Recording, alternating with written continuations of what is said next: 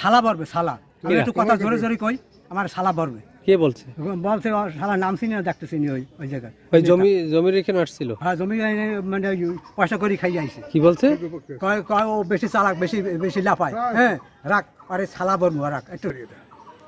মানে মুন্সিবাড়ি আমার এই ঘর আমার, আমি জমিনে আজকে 70-72 বছর ধরে এখানে থাকি। আমার পুরান বাড়ি পেছে, এই গাছপালা সব এই জায়গার ভিতরে। আমার আব্বা এই জায়গায় গেছে, বাড়ি গাড়ি আমি এখানে থাকি।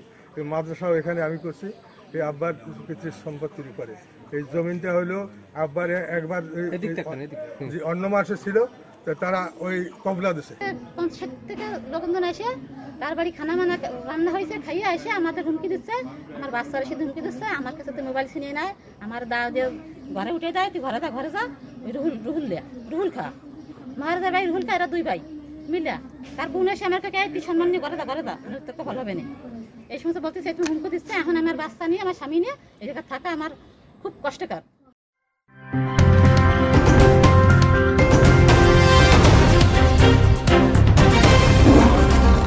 Voice of Tiger.